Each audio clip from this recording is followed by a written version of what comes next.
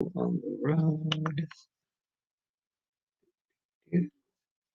Welcome to Evolution Hour. Not sure if Jackson is going to be showing up. A little later on, we'll find out. Come on. And our opening logo, analog clocks. Welcome to Troubles in Paradise, Methodology of Creationism, TortuganWordPress.com, and another week of exciting Evolution Hour stuff. Before I give a thanks out and shout out to our patrons, I will remind everybody what the main source of what's going on here. Replacing Darwin. I see the restream coming up. Yay! My gang. Could have a little thing. And we got Vesta in there. And Scott. Anyway, replacing Darwin, Nathaniel Jeanson. I'm still in chapter 6. He was blopping along on some biogeography material without really technical sources, just basically website material. But he hits some actual technical citations on buffalo, African buffalo, and giraffes. And therein lies the problem. That pushes him up to about a third of his technical citations, misrepresenting the source. We'll get to that in a short bit. Then the part 2 part, a ways back, a viewer, Mary Shaw, asked me if I would delve into some Andrew Snelling radiometric dating stuff. And some of that, Jackson and I already dealt with in The Rocks Were There, the clever book right there, on their radiometric dating the Grand Canyon and all that. But a couple of them weren't covered, and in particular, one from 2015 on samarium and the supposed problems with determining that as a radiometric dating device. And that's got a little interesting little backstory that we'll get into. Anyway, let me get my patrons out of the way. Thank you all. Without you, life would be much more difficult putting the show on and making sure that I've got ink to print up material and work on the projects like with Jackson. So it's very, very thankful for all of you, and especially all of you who have stuck by the old RJ during the COVID mess where incomes were down and everybody was uncertain what the hell was going to be happening next. So all of that. Lisa says, don't they always misrepresent science? Well, not always. I mean, a creationist can say the sun rises in the east, and that's true. And so you can get little snippets. But the deft anti-evolutionist is one who can parse the data field down to the point where they can make it look like what it isn't. So it's more errors of omission than commission that are the major fault in anti-evolutionism, but that's a larger issue. Anyway, back to patrons. Our colleagues, Hendrel, Colton, Eric Rowley, Suris, and Zeshi, Research Levels, Travis Adams, Ian Chen, Convert Me, Stephen Early, Eel, James Fitzwater, History Minor, Ralph McFadden, Ologia, Benjamin Simpson, Speed of Sound, our assistant researchers, Duranku, and a new patron, Jelly. Welcome, Jelly. Thank you very much. Todas Real and Christopher Johnson. Friends, Daniel, Steve Bauman, Marigale, Beddoes, Insects Are Cool, Devin Reeves, Morton Nielsen, Paul Skeptic, Puffalophagus, Hobo, Rasmussen, Alex Stone, Paul Williams, and our legacy patrons who I shall always thank, Jen, Jody, Mike, John, Keith, Andrew, Dyer, Yui, Mona, Brad, Daniel, Nana, Stagel, Sun, Sky Stones, Ugly German Truths, Everett Vincent, and Sewer of Icebloom. All of you have helped out in one form or another. Old Scratch, it's always a pleasure to catch RJ live as opposed to RJ dead, which I'm not looking forward to in any amount of time on there. So, start off with our cute material from Jeanson. Starts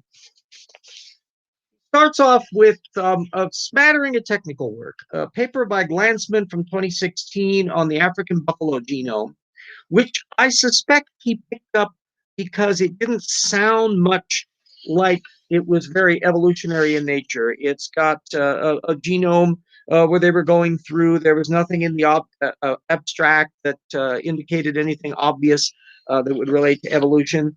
But that's a little bit deeper if you start looking at the sources the Glansman relied on.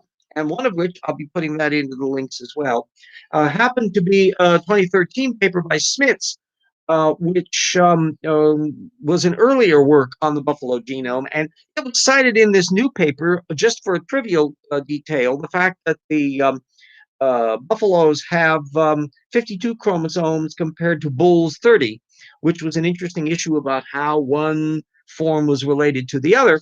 And the source on that,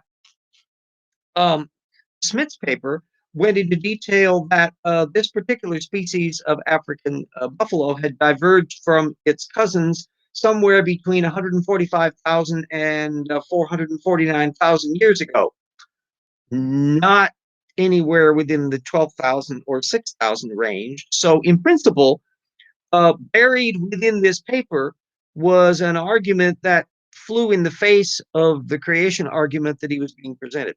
So we'll find out whether or not later on in that monster chapter 10, whether or not he's going to address water buffaloes and when they're emerging after the flood and on what basis he proposes to do that. I'm not holding my breath on that. So of the three sources that he was offering, number one, I count as a misrepresentation because he's leaving out material.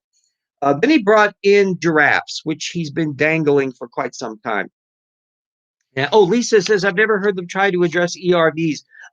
Actually, there's a bit of creationist literature on dismissing endogenous retroviruses. Dan Stern Cardinale and others have gone into this in quite a great deal of detail. And so it's going to be coming up in a discussion in particular of human evolution in The Rocks Were There, Volume 2. In fact, there was an excellent video that was just done by John Perry, which we will be citing as one of the sources that you can go to as an easy summary of it, that went into great detail on all of the ins and outs of endogenous retroviruses and why they absolutely incontrovertibly link us up with chimpanzees.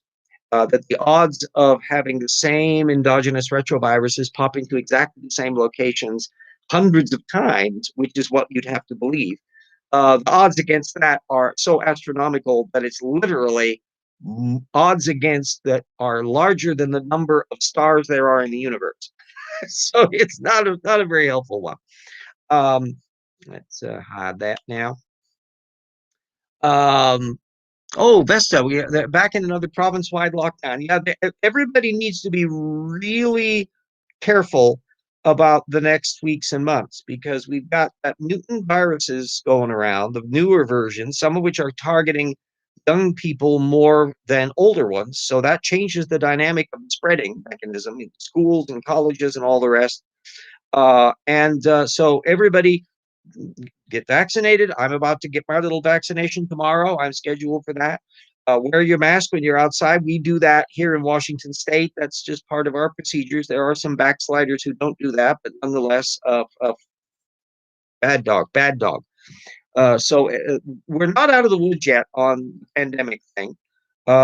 States that are operating carefully are able to ease commerce going back again. It's not going to be easy for restaurants and other venues that are based on different kind of a dynamic, but nevertheless, death is permanent.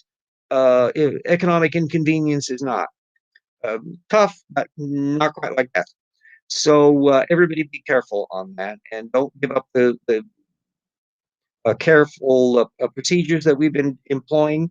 And you have to do that, especially because there's an awful lot of nincompoops out there, Trumpistas and all the rest, that aren't wearing masks. Neighboring Idaho has a whole bunch of those, and we have people going back and forth across the border and all that. So you have these things happening. So Old Scratch got your first shot yesterday.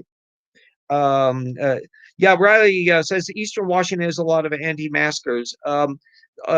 It's also the fact that we're next door to Idaho, where you have a very different conservative mindset over there, and they've had places opened up way ahead of Washington. People would go from Washington, Spokane, over to the border to go to the restaurants and all that, catch their COVID, come bring it back to us. Isn't that sweet? Isn't that nice? Yeah. So there we go.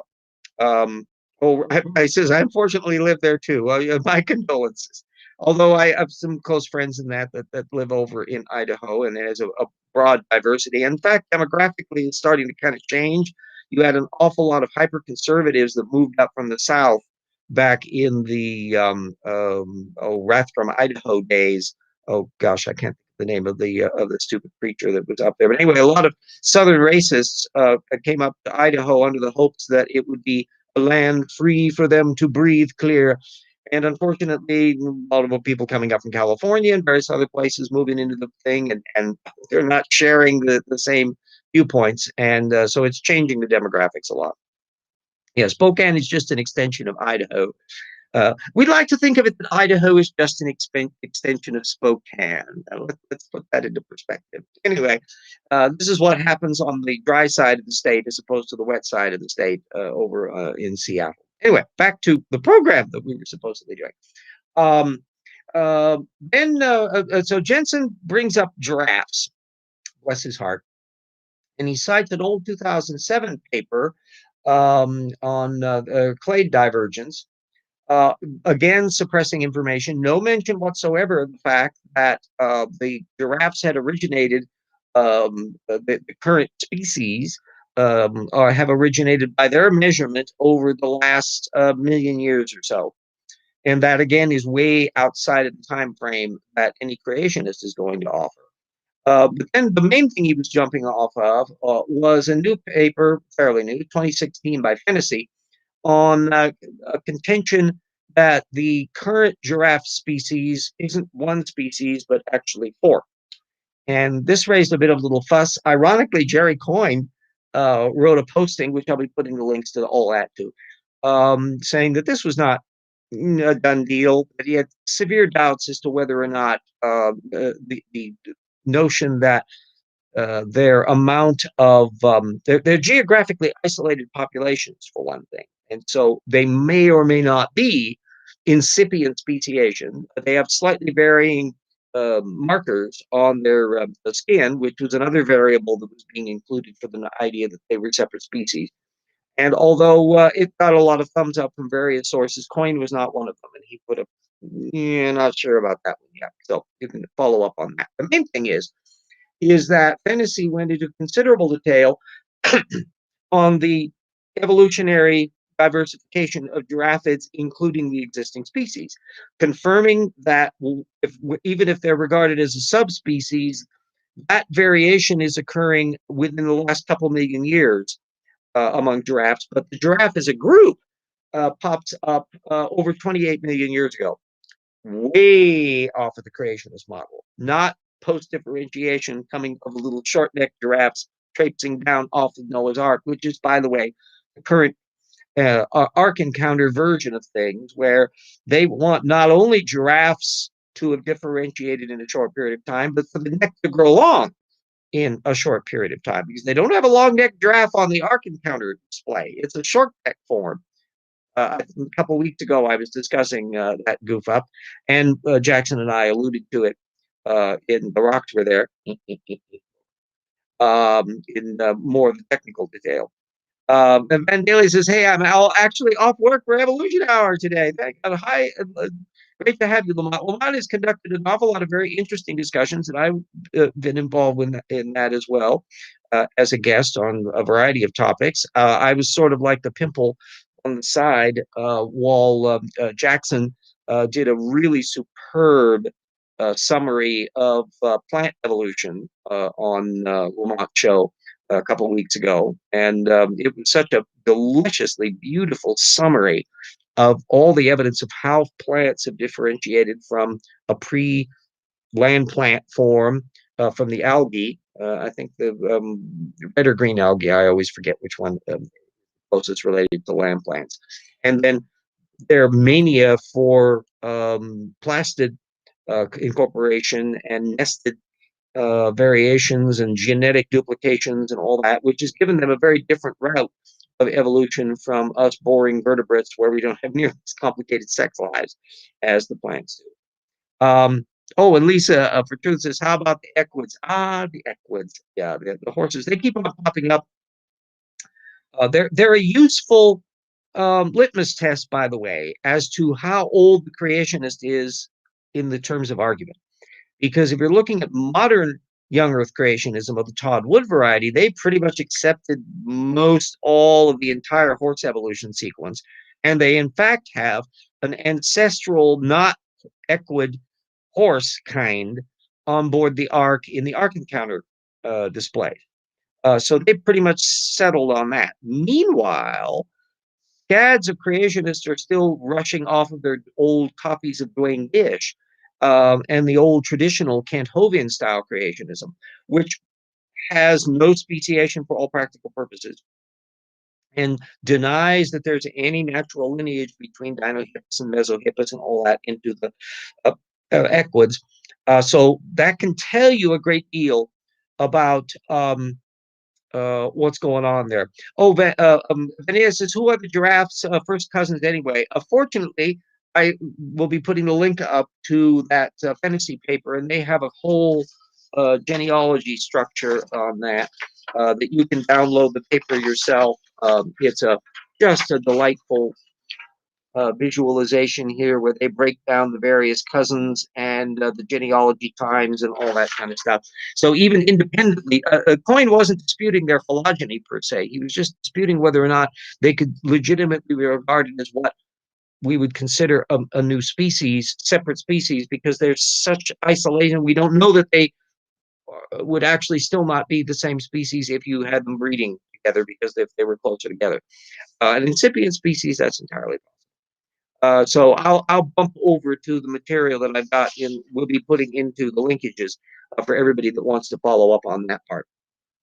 The second half, which we'll lump into, and if Jackson shows up, he may not be able to come in here. I also put the link up in our Science Friends app, so anybody that was wanting to pop in off of that link, you can still jump in.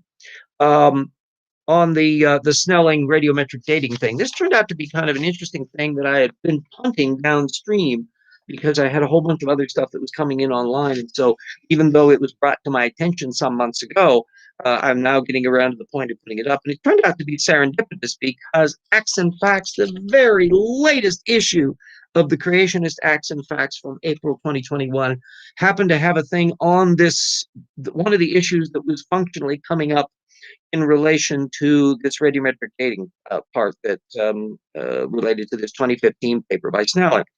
And one of the ones happened to relate to samarium, which is an element that exists naturally, but it has a bunch of isotopes.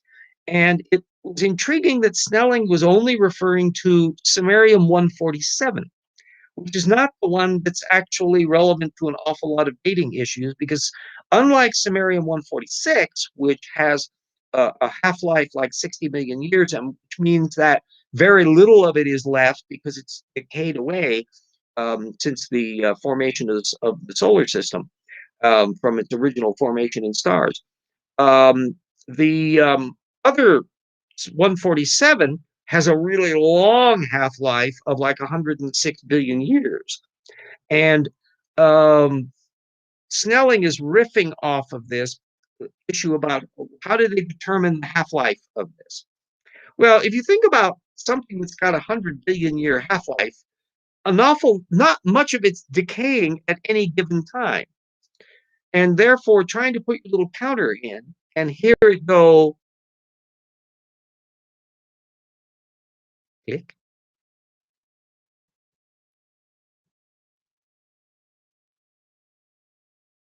click. It's not an easy thing to determine the half-life, and so naturally there's going to be, depending on the instrumentation and a whole bunch of other variables, a margin for error on this, but they've gradually honed it down to in this rough range of 106 billion years. There happened to be, serendipitously, a quite recent paper on this from, let me see where we go on here, I believe from 2018 by Tavares and Terranova that discusses this very thing, the samarium 147 dating and how that isotope is ascertained. And I'll be putting the link to where you can get to a full text on that little puppy. And along with this, there was a criticism of Creationism by James Moore from 2001, which I'll be putting the link to. That was also written in a little snarky letter to the creationists, and snarky Jonathan Sarfati responded to it at the time and updated it over time. I'll be putting the links to that as well, where they're thrashing over this issue of extremely long-lived nucleotide distribution versus shorter-lived ones, because there are some elements that are so short-lived that they basically disappeared unless they can come into an existence from another decay chain. And it happens that Sarfati updated his post for 2021 because in this 2021 issue of Acts and Facts, Vernon Cups decides to weigh in on this issue, and he's calling attention to the fact that the 26 aluminum, one of the isotopes that's radioactive, can in fact come about from a decay chain from a different route, and so you can in fact find it. But Sarfati overplays his hand by overplaying Cups's hand, who overplays his hand, because they're insisting, the existence of measurable amounts of 60 iron, 53 manganese, 26 aluminum, 36 chlorine, or 41 calcium in Cambrian and Precambrian rock layers makes the argument of continuous production problematic for secular science and supports a recent creation. Okay, and we look down to footnote 7 of this particular piece, and doesn't give a source. It's just a restatement of the half-life of 60 fair iron. Don't you need to show that you do in fact find those isotopes in Cambrian and Precambrian rock layers, or for that matter, in any rock layer, in sufficient abundance to be consistent with a young Earth model or not? Can you kind of skip that part? And so did Sarfati, skipping that part. If you're going to cite a source on a gotcha point, you should make sure that they actually gotcha. So this one, of course, is definitely going to be going in. It's into the new volume. Some of the other titles on here, I'm sure, will as well. The fossils still say no missing early evolution of land vertebrates, which is getting to be a much tougher argument to deal with. Some marine extinctions were caused by the flood. Does this mean they're conceding that some marine extinctions weren't caused by the flood? I'll be interested to look into that a bit. And the painted desert fossils in flooded mud flats.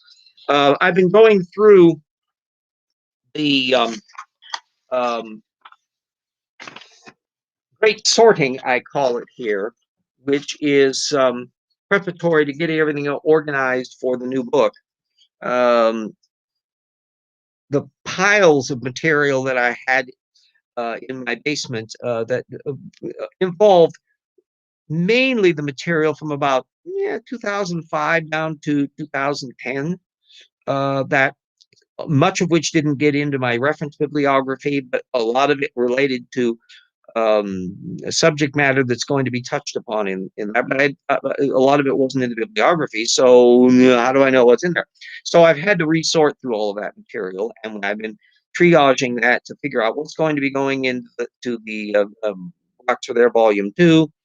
Old Scratch. Oh, I think there's a Bob Dylan song that goes, "How many toes must an equid evolve though before you can call it a horse," or something like that. Yeah, I kind of like that one. The neat thing about that horse evolution sequence is how long it's been an issue. Thomas Huxley was aware of it. In fact, he was one of those doing the research back in the 1870s and 80s and 90s. And so the earliest information that you were starting to get in showed how complex the history was. There was a certain tendency on the part of late 19th and early 20th century evolutionists to think of a simple ladder of progress approach, whereas we now realize that you have splitting species, so you have a shrub of where lineage here, and this branches off into this form, and this off into this form, and the modern horse lineage happens to be one of those branches in the thicket of various organizations. And when evolutionists by the middle of the 20th century started looking at the old arguments for the ladder of progress and going, yeah, we know way more about the horse evolution sequence now. We realize that it's not a simple beeline from a little bitty critter all the way up to the final horses and nothing else going on. That was all completely consistent with our understanding of evolution as branching systems, and you have more data on the field. Creationists have been pouncing on all of these revisions as though somehow this invalidates the lineage. Like you discovering that you had a lost cousin that you didn't know anything about means your grandfather isn't your grandfather anymore? No, sorry, it doesn't follow. So it's a delicious mess that I have a little subsection in my research base for all of that stuff in relation to the horse sequence, because it just keeps popping up as an indication of supposed problems with evolution, when in fact it's still a magnificent illustration. The interesting thing is that the horses developed in the New World spread into the Old World, Old, New, Europe, Asia. That falls back to old nomenclature. Let's say to the Americas and into Asia, that's better. And so that they died out in the Americas and then were reintroduced by the conquistadors in the 15th, 16th, 17th centuries. Lamont says that when a horse leans back on its hind legs and sticks up its two front legs, is it really flicking us off since it's showing us its two middle toes, aka two middle fingers? I seriously hope not. I imagine that the horse is insufficiently aware that its hooves are anything related to what everybody else has as digits, that it wouldn't really give a rat's ass on it. By the way, embryologically, horses start out with all the digits, and then gradually they are formed into the one where it's basically on a single toe. And we have the transitions between the losses of toes. Dinohippus is the obvious example of one, which, by the way, is what the Ark Encounter picks up as their ancestral horse. They put that as the Dinohippus, which doesn't look anything at all like a horse and still has multiple toes. So what's really hilarious about baraminology is just how much of the evolutionary data they've been glomming onto and redusting it off as creationist baraminology, when all it is copying the stuff from evolution. So we see the evolution of the creationists to incorporate more and more of evolution in their argument without ever admitting that they are changing their views. But if you encounter old creationists, you can see the transitional forms of the ones who didn't accept any of that stuff. And that way, again, you can help measure how old they are on the thing. Oh, Lisa asked, how did saltwater and freshwater fish survive when the saltwater and freshwater mixed? That's another topic for the Rocks Were There, Volume 2. Ding, ding, ding. Because that's directly related to the flood survival issue. There's a modest amount of work. I think Andrew Snelling has done some of this, and I'm going to be citing it in the new book, where they try to argue, well, some fish can tolerate great amounts of fresh and salt water, which is perfectly true. Some fish can. That's one of the reasons why fish can invade new habitats, move from freshwater to saltwater or saltwater to freshwater, depending on circumstances.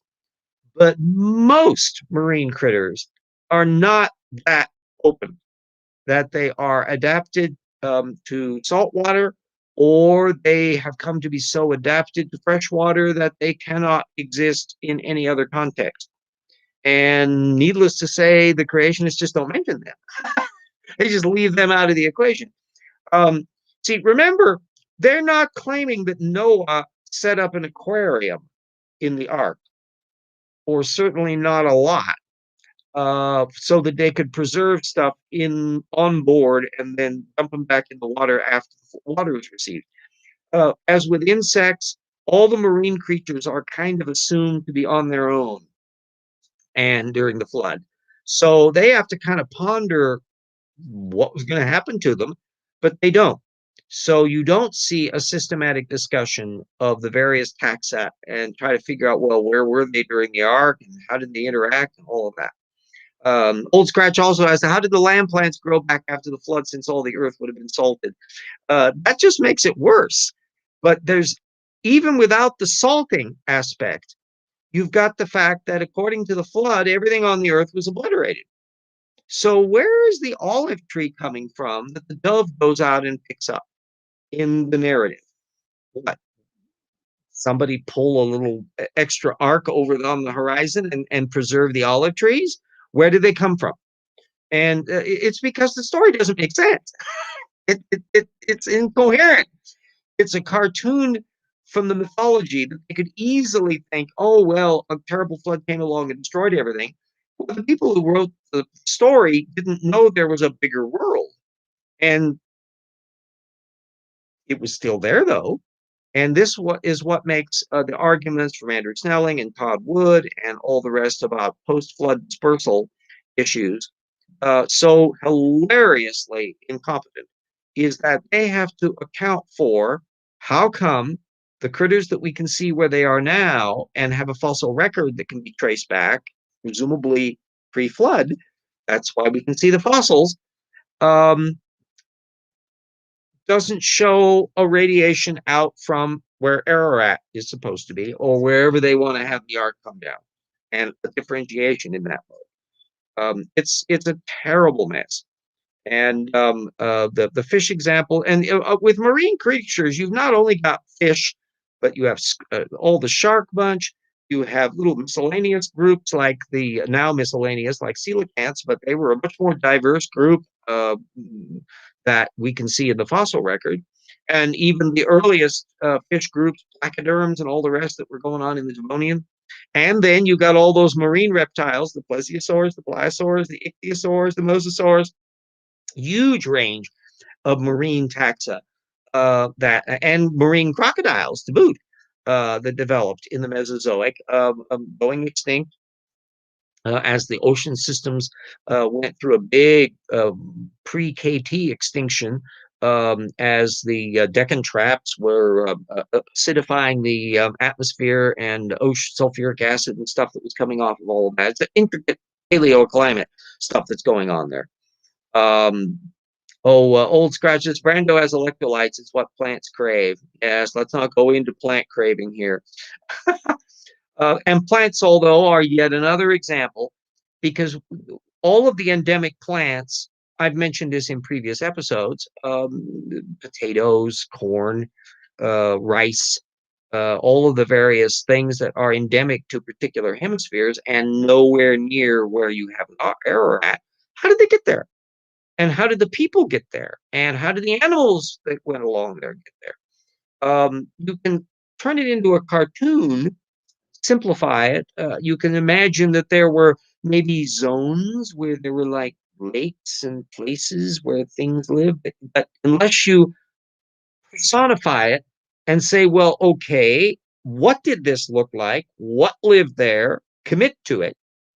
In which case you're going to be in a terrible mess. And that's an issue that we're really going to be raking over the coals in volume 2, because their attempts to create imaginary paleo worlds is just not cutting it.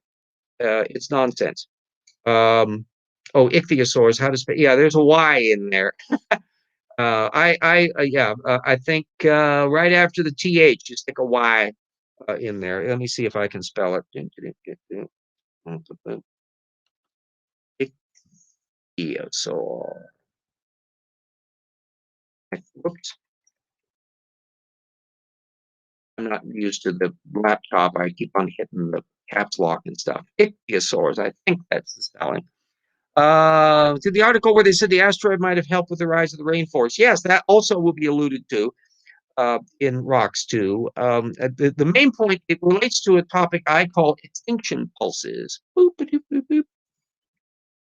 And there's various names for the phenomenon that is other than that. But I've used that as a catch-all term for it, which is the point is that when an extinction occurs, it clears the deck of a lot, and it varies by extinction events. Something like 80 or 90% check out during the Permian mass extinction, a relatively mild 70% or so in the KT, the Cretaceous extinction. And I think the lower echelons, I think it's like 50% are checking out in the Triassic mass extinction that was the one in between the Permian and Cretaceous. And so it varies, and it varies according to how you measure it, whether you measure it by species or family or genera. You have a somewhat different intensity. I have a post in tip 1.2 at my website. Remember, I put that website up at the beginning of the show. Tip 1.2 at tortuganwordpress.com is a review of the mass extinction issue. And there's a little chart in there where I go into how if you look at extinctions from at various taxonomical levels, they have varying ranges. But the thing is that when whatever survives kind of has the place to themselves. So there's an awful lot of heydays when critters that may have had a certain amount of limitations suddenly go hog wild. After the Permian mass extinction, there were the one order of therapsids that made it through the mass extinction. Lystrosaurus, I think, is the major one. They just went hog wild and they proliferated all over the place because they didn't have competition. They were filling that niche. Then over time, there is a transformation because it takes time for mutations to occur. So eventually, millions of years after the extinction event is when you start seeing novel new systems come into play that then can become a new stable node and that kind of nudges aside the heyday period of that. And so I dub that the extinction pulse.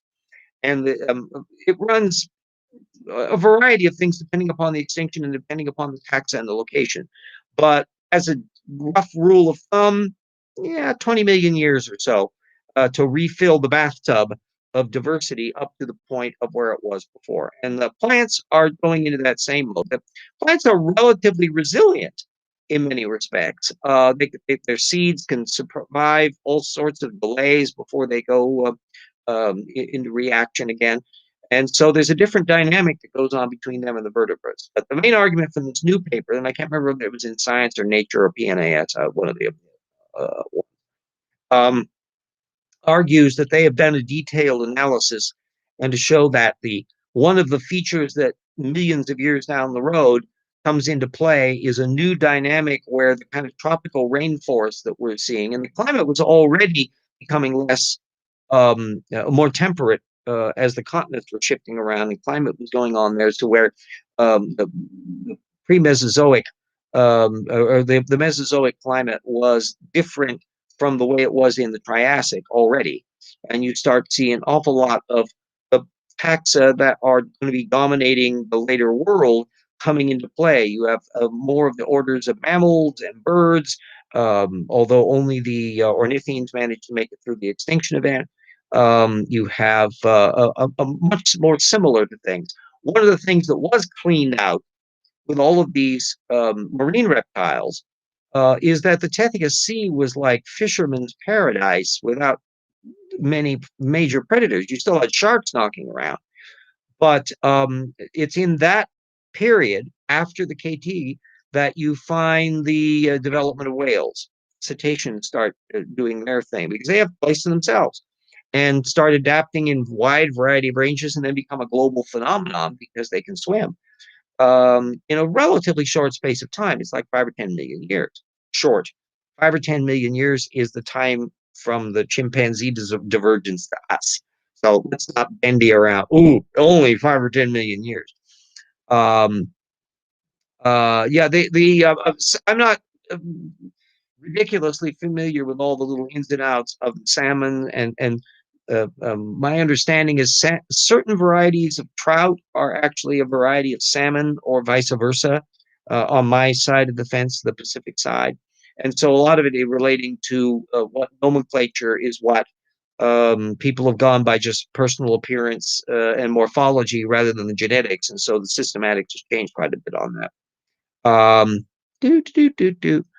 Rather the looser sense, yeah, I think Lystrosaurus was like 90% of the vertebrate population. I don't know if it was that high, but it wouldn't surprise me. There was a documentary that was on Science Channel or somewhere, some maybe 10 or 15 years ago, when pigs ruled the earth, treating the Lystrosaurus as pig-like in their adjective. But they dominated all over the place, and they're actually an interesting trace fossil because they proliferate just widely all across that landscape that for a while control the roost. And it appears to be the case that extinction pulse is what we're seeing in the time between the Ediacara biota back in the Precambrian and the Cambrian explosion. That the explosion part is just one of the parts of extinction pulsing that's going on as the Ediacaran ecosystem falls apart, and some things make it through, little itty bitty squishy little creatures for which we don't have a fossil record because there aren't any Lagerstätten class deposits in that period for us to see what's going on. Um, do, do, do, do, do. Yeah, we have to remember, Riley, that virtually everything goes extinct eventually, presumably us, if you go long enough. Whether or not we can last 20 million years, which is a good run for a species, we've only been around for 300,000 years, it's a blip. The Neanderthals were around for 500,000 years, but they finally went extinct, and their survivors are just the ones they boinked in the Homo sapiens line that kept some of their genes going, but their main species disappeared. And I don't think there's necessarily a shelf life as to how long an individual species may run. Lineages can go on for quite some time, but some lineages go extinct. So the trilobites, all of the trilobite fossil people are frustrated in the sense that they can never see a living trilobite or anywhere because they all went extinct. I'm thinking in that the last of them went out in the Permian extinction, but I'm have to correct me on it. I know they'd gone through, they weathered a lot of previous ones, but I seem to think the trilobites finally bit the dust in the Permian mass extinction. Lisa says, it blows my mind that creationists think the Grand Canyon could be carved quickly by Noah's flood. It ought to blow your mind unless you realize how much data they flush down the toilet. So if you remove most of the data field and simplify everything and make it just tiny, trimmed down and rationalize like mad. So one of the points that we're going to be discussing in the new book relates to the lithification issue. That what you find creationists, whenever they talk about, well, layers can be laid down quickly, they'll bring up Claude Berthold. Let me see if I can get his thing in there. Berthold. Whoops, come on. And he's discussed to some extent in Rocks for There, Volume 1, but he will come up again as well because the experiments he made had to do with what would be called fine point laminations. But they're not lithification. They're not turning into rock. Kent Hovind will take his little mason jar full of sand and crap and say, see, it'll make layers. Is any of it rock, Kent? Nope. And that's a different factor. And some things, the real killer are some of these specialized crystals. And there's a whole mass of geochemistry on this subject, of where many crystals require very specialized characteristics to form. You can't make them on your stove. They need time to bake. They need pressure to bake. And the pressure and the temperatures can be very extreme. So some of them can form quickly. You can have crystals that can form certain sizes in like 100,000 years at 1,000 degrees Fahrenheit, buried under 100 psi or more deep in the earth. And so that which crystals form under which circumstances, there's all these cute little charts you see in geological books where they've got these little lines going like this and that and little things going. Those are the measurement things to show where particular crystals form and what form they take depending on the pressure and depth and heat. And it forms a grid.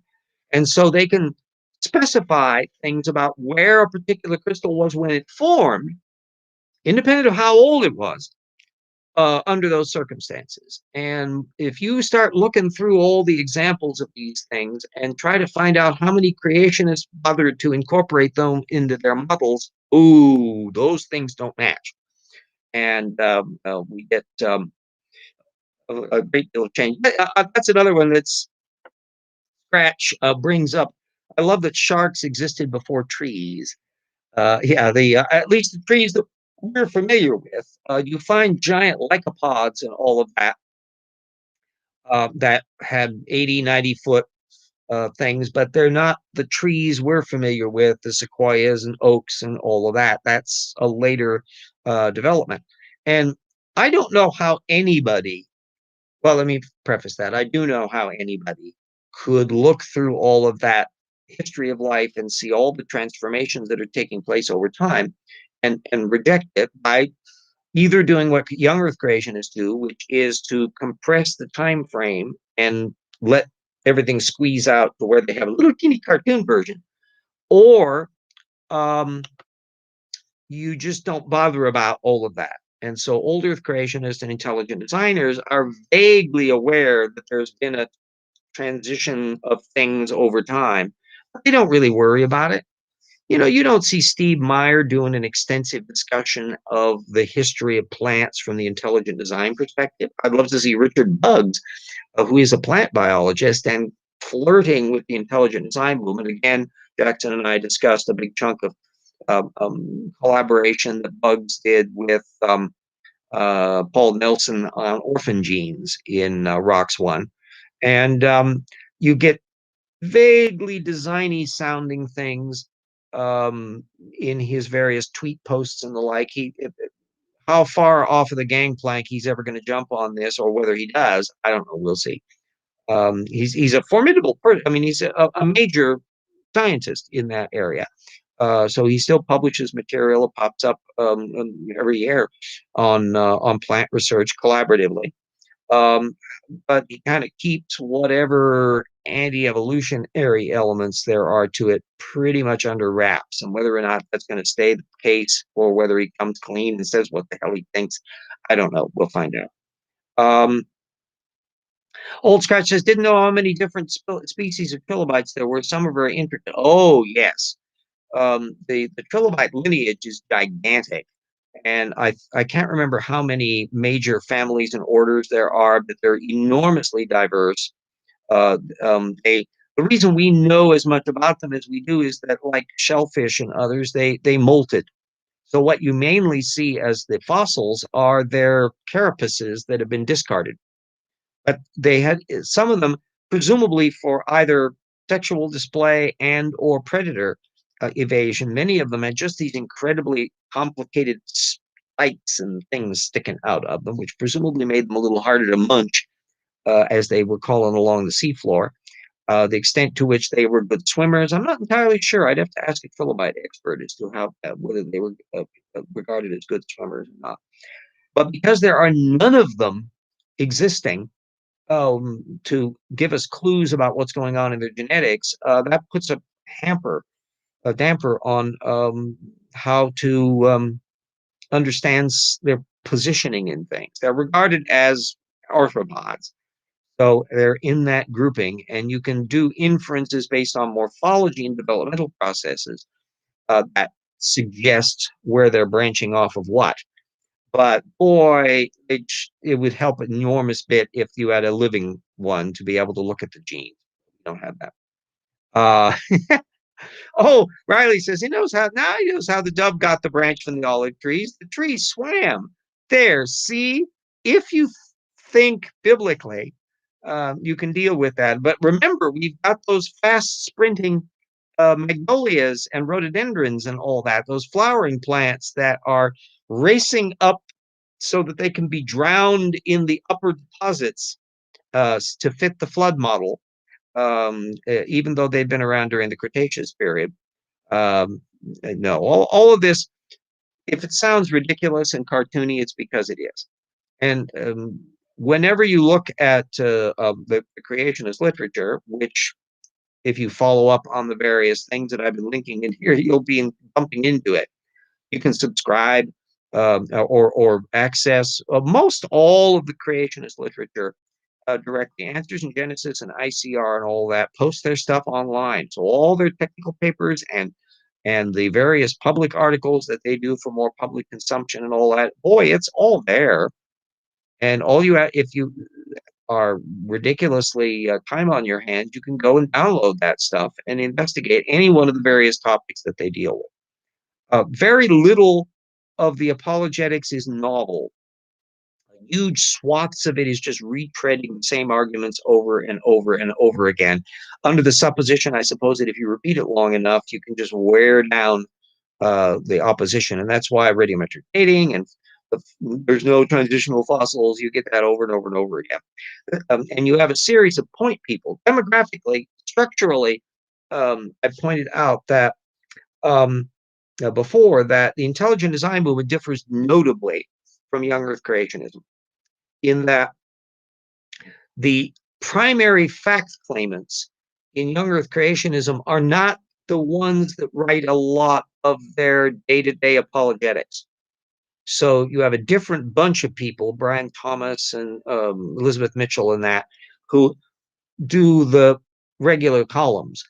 It's not that your Andrew Snellings and Steve Austins and Ords and all of that don't do publications still, but they tend to be the ones with our longer footnoted. A lot of it's retreading material they've already done. There's a great deal of repetition that goes on there as well, which you discover when you start looking at their work over and over again. You find just an incredible amount of duplication in these things. Jeanson, Nathaniel Jeanson, and Tompkins would be churning out. We noted some of that in Rocks were there on certain topics. They would be like every month. There would be Tompkins repeating his claims in one variant form or another and referencing back his own work on denying the chromosome 2 fusion or chimpanzee genetics. And it's essentially the same material that he's done over years and years and years. They would just repeat it again and again and again and again and again. And from the point of view of constantly reinforcing the dogmas, it's understandable that they would be wanting to do that. From a point of view of boredom and annoyance at their beating the same dead horse and avoiding information that is contrary, it's annoying. But it's preaching to the converted because it hasn't made any impact at all in the regular sciences, and it never will because it's leaving too much of the data out. Lisa says they sure did latch on to the soft tissue thing. Oh yeah, that has been a steadfast one. We're going to be going into that in considerable detail in volume 2 of the Rocks Are There, because of Armitage and the Triceratops horn, which may not be a Triceratops horn, and all of the various discussions of soft tissue preservation. And there's been some recent technical work that's popped up on these issues as well, about the contamination elements and what all is going on in there. So there's a lot of material to put in on that. Old Scratches, well, they got the dinosaur DNA from the fresh steak they cut off from Dr. Mary Schweitzer's T-Rex fossil. Yeah, they would be in better case if they could do that. And that would be one of the puzzlements of why there aren't better preservation for a lot of these ancient creatures and why we don't see them available in the current world that way. Yeah, there we go. Lisa asked, how do they explain not being able to get DNA from dinos? Well, that's an interesting tale. One is that they claim you can, and that you can date them radiocarbon dating and all that, and they basically rely upon older material which was highly contaminated and all of that, not recognizing how these things can happen. But they kind of skip around that point of why it is that you don't see huge swaths of DNA. By the way, DNA, as it breaks down, see that unlike a lot of proteins and molecular systems that are very resilient over time, and if they're sealed away, they'll stay perfectly fine. you seal a bug in amber and it can stay looking just like the bug for millions of years. But the DNA inside the cells is gradually just falling apart. Now, what it means is if you get a thing from amber that's 100 million years old, you can get tiny little fragments of DNA, but you won't be able to construct much in the way of genome that way. And that's what you need to have in order to be able to do something. That's why you can do that with human ancestor, the Denisovans and the Neanderthals, that lived recently enough that there's been virtually no degradation of their DNA, and you can just go hog wild that way. Why aren't we finding really spectacularly preserved dinosaurs of any type sufficient, because they would only be 4,500 years old, to get fabulously accurate DNA from them? And if they thought that through, they would realize that there's a reason why we can't find that. It's because our model is wrong. So because the dogma demands that everything be only 4,500 years old from the flood, and that species therefore had to have arisen at a ridiculous rate post-flood, they're coming flat up against the genetic reality that we can measure how mutations occur, and you can measure lineages and variation in haplotypes. We'll be going into again in Rocks 2 about the human evolution angle, human haplotypes. You got Standing for Truth, imagining that, oh, it's just easy peasy for the blood haplotypes, blood groups to be representing each one of Noah's kids. Nope. Nope, that's not how it works. And you get the misreading trees. Dan Stern Cardinale has called attention, and others, to the fact that Jeanson and Samford and others have just misread what's called an unrooted tree, which are these little, they look like little flower things. But they start from an individual node, and there's a bunch of little organisms that come off in like little fireworks displays. And those are unrooted trees that show not relationship, but relatedness as groups, but they don't tell you the when and what branches from what when. That requires a rooted tree. And creationists are constantly pointing to unrooted displays as if they were rooted and trying to treat them that way. And when you get down to the food chains, the SFTs and ROMATs and that kind of one, who have no idea what the hell they're doing, they make these rudimentary mistakes. But you can't explain why people with actual degrees are making stupid mistakes like that unless blinkers are such that they just won't see the things they don't want to see. In the same way that anti-vaxxers don't see what they want, and moon landing hoaxers don't see what they want, and ancient astronaut people and Holocaust deniers and fill in the blank, the ones that don't think that Shakespeare wrote Shakespeare's plays, the one who thinks that everybody but Lee Harvey Oswald was killing Kennedy, and so forth and so on. You've got people who think that the Titanic was a conspiracy theory claims. I mean, their human minds are capable of believing all sorts of wackaloony things. And part of the thing that's been so interesting about studying this process of how do people believe things that aren't true, and how does that connect about believing things that are true, and how do different people construct their worldviews, that methods approach explains for me a lot of how otherwise bright people can completely fall off the map and believe things that are just claptrap. But they ultimately have a desire, a need to believe the thing that they want, and a mind that can overlook information to the contrary. And since there was a time when I had bad method, and I can remember what that is, I can see in other people when they make those same classification of mistakes, I can know how easily it can be done, unless you have training in a proper method. A question about Kent Hovind. How long has Kent Hovind been doing his thing? He started to kind of show up. He's really been at it for a long time, the 1970s. So he's hitting the road in his 20s. he starts being noticeable in the 80s and 90s, because at that point, particularly in the 1990s, he starts videotaping a lot of his lectures and issuing them as video cassettes for people to do it. That's how I first found out about him. It was in the mid 1990s, because my brother had a creationist friend he knew, and he was a Kent Hovind groupie. This was back in 1990s. And my brother shunted me the tape of Hovind to look at and evaluate, which I did. And I described that in the Dynamania chapter in at that website I keep on telling you about, the old chapter 3, which is all about the creation science movement and dinosaurs doing gish. There's a lot of material in there. And towards the tail end of that is my interaction with Kent Hovind. I was itching to debate with him again, which I did in 2018, and I did reasonably well on that one. At any rate, he was gained an enormous amount of influence, and it's waned a bit. But you still have people who in the late 1990s, early 2000s were taking him really seriously as Dr. Kent Hovind.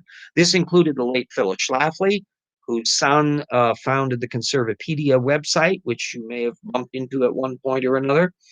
Various politicians in various states relied on Kent Hovind as their expert.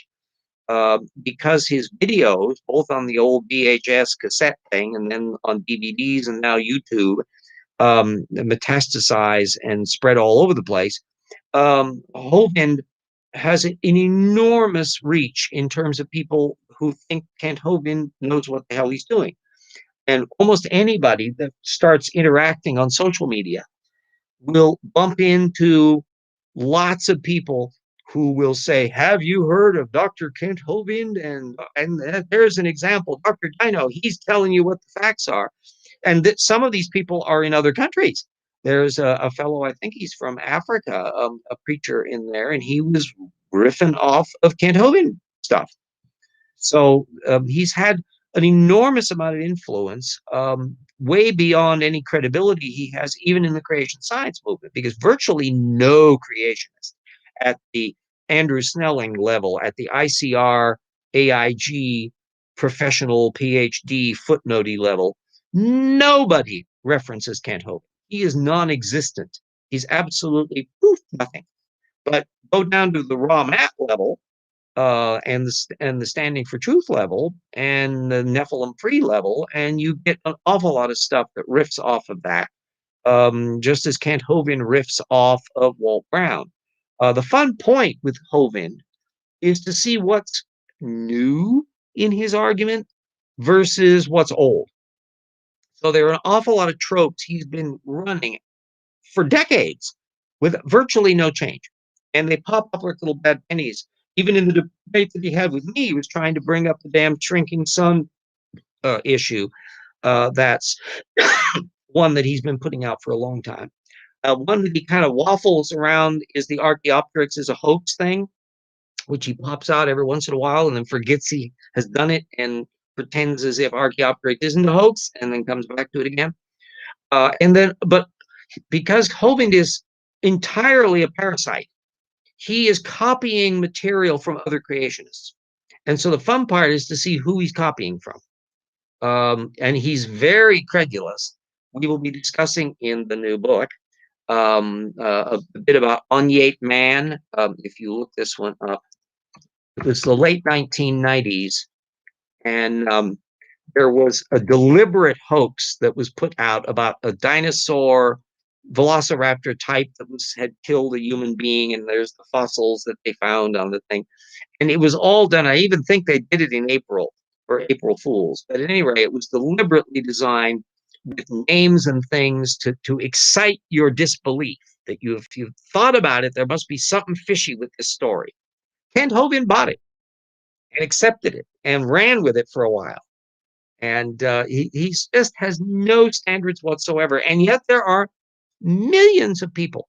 I'd say there are probably as many people who are Hovindistas as there are Ken Ham style answers in Genesisistas or ICRistas.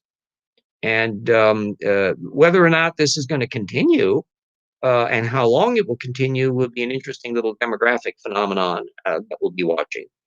Kent's about my age. He's currently shedding one wife and is moving into another. He's in so many respects not an illustration of the Christian virtues. He believes he tells the truth all the time, when in fact he spews lies and falsehoods. He has no standard for investigating anything. He's um, um, served a prison sentence, which he treats as a great badge of honor because he was persecuted by the government and all that. He's a wackaloon, hyper right-wing nutball that falls demographically on that extreme conservative branch of an already anti-evolutionism in general is very, very politically conservative. There's virtually no not politically conservative anti-evolutionists that I can think of in my lifetime. The closest you can find, and it's an interesting exception, is William Jennings Bryan from the Scopes trial era from the 1920s. Riley says he seems like a hateful person. In many respects, he is. He's very much, as I've described him, and did a video in 2017 on this. Kent Hovind is the Donald Trump of creationism, or Donald Trump is the Kent Hovind of American politics. Either way, there are people with terrible methods, narcissistic ego, incredible Dunning-Kruger sense of their own competence and brilliance. Kent Hovind never admits to a mistake. He's always perfect, and is always so prescient and wonderful, and always likes to give the impression that he's in the thick of things. But I read the creationist literature, and so I know just by who cites who and who discusses who. Michael Behe gets discussed by creationists radically more often and relied on by creationists much more than Kent Hovind could ever dream of. Kent Hovind is a non-entity in the regular creationist literature, as opposed to Michael Behe, who they will put at arm's length because he's not a younger creationist, but they still will recognize that he has an argument that fits into their narrative really well. But Kent Hovind isn't in that. He has no models, no notions. He talks about the Hovind theory, which is a weird super snowball comet ice ball version of ice canopy theory. So it's a weird variation, which he is always promising he's going to be doing a detailed thing on, but yeah, don't hold your breath on it. And Vandalius says, wait, have we ever seen Trump and Hovind in the same place? Bum, bum, bum. Yes, and I don't think you've ever seen Kent Hovind, Donald Trump, and the lady that turns the numbers on the letters on Wheel of Fortune in the same place at the same time. So can we be sure they're not one in the same? There we go. Let's get a QAnon trope going on that one. Old Scratch says he's worth way more than I am, so his grift works. Oh, well, Kent Hovind is not a major player financially. He clearly makes more money than I do. Hear that, Patreons? But he's not anywhere near the Ken Ham level of grift. Ken Ham pulls down upwards of 150 grand a year, and I don't think he lives a terribly lavish lifestyle. Kent Hovind doesn't either, but then again, he has no taste, even if he had the money. By and large, the really big money grifts are not in creationism. You can pull down a nice thing. Steve Meyer pulls down also about 150 grand at the Discovery Institute as their leader, and that explains why he left Whitworth. I don't think he was making that as an associate professor. And given the work that you need to do in order to be acceptable, basically going around and repeating the things and writing a footnoted book every few years, that's fine and dandy.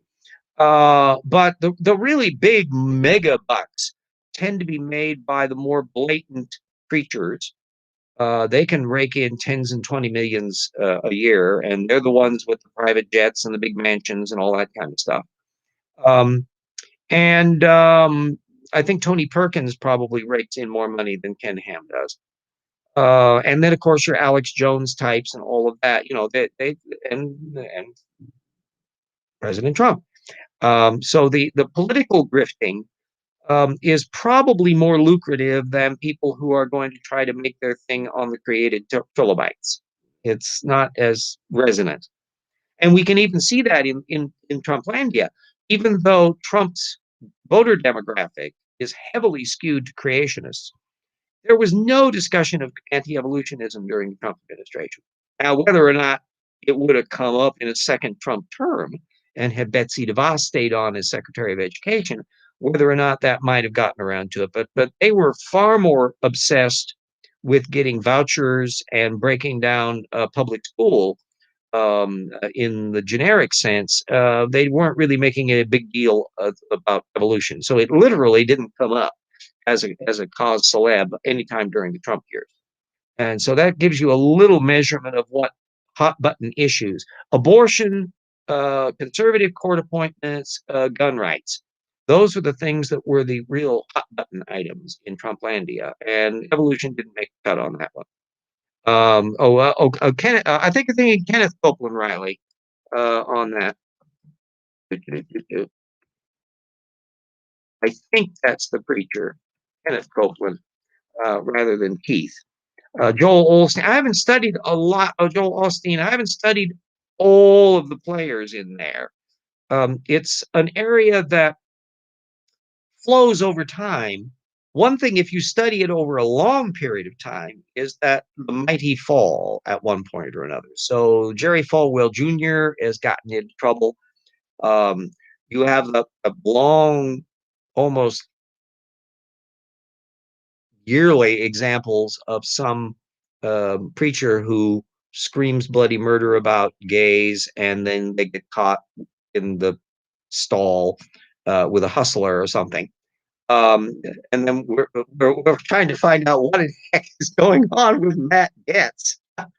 But before the dust settles on this one, I think this is going to be a made-for-TV movie. Woo! And we can try to figure out what creepy person would be the one that would have to play Matt Gaetz. Ugh. What a thing, Don, you think. Old Scratch said Google says Kent's net worth in 2018 was 950,000. Not as much as I was thinking, but not bad for telling lies. Hell yes, it's not bad for telling lies. There's an old line from H.L. Mencken that if you aren't familiar with him, he's from the Scopes trial era, 1920s. Anyway, H.L. Mencken said, "No one ever lost a dime underestimating the intelligence of the American public." And that was true in 1925, and it's true in 2020. So that there are grifters. You have to have a sense of flim flam, a sense of your own certitude. You simply plow ahead with it, because naturally uncertainty is not the feature that sells. If somebody is scratching their heads and going, "I'm not sure about this, I don't know," that's not really going to do too much. But if you just brazen on ahead with the belief, and if you sincerely believe it, that makes it even easier. I'm charitable, and I insist that Kent Hovind and Ken Ham and all that actually believe what they say, that they're not making it up, they're not doing it just for the money. That I think that Hovind could have parlayed his stuff, if he were merely in it for the money, a more efficient way of doing stuff, and he would have been more careful with his damn tax returns, frankly. But instead, he was a true believer, and when he quoted. I haven't heard. Vandalia, is Kent still trying to ditch American citizenship? I haven't heard of that. America's gain will be somebody else's loss if he decides to move to another country. But that would actually surprise me if he does that. He's always painted himself as the uber patriot, although that side of him, which is kind of anti-government, could think maybe he's going to become a citizen of Mordor or somewhere. Narnia.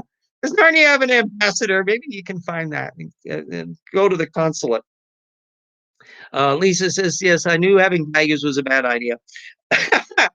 Anyway, we skipped past the hour on here. We're at an hour and 13 minutes, so I think we should probably pull up the show on things. Once the show gets finalized, I'll be putting up the various links to the radiometric dating stuff and the material on Jeanson. And happy to see everybody. Stay safe, everybody. Check out the books and Paralogs of Fog, too, if you like fiction. Because of the great sorting and working on the new volume, it suddenly put my finale of writing the second Fog novel into kind of limbo for a while until I can get back to it. But I have not forgotten it. I have all my little projects going afoot there. So, oh, Don Giovanni Numenor might be hiring under Sauron's leadership. Yeah, they're doing franchise, I think, now. Yeah, there we go. Well, anyway, thank you all for coming for the show, and tell everybody about the project, and check out the books and all that, and stay safe, everybody, and see you next week.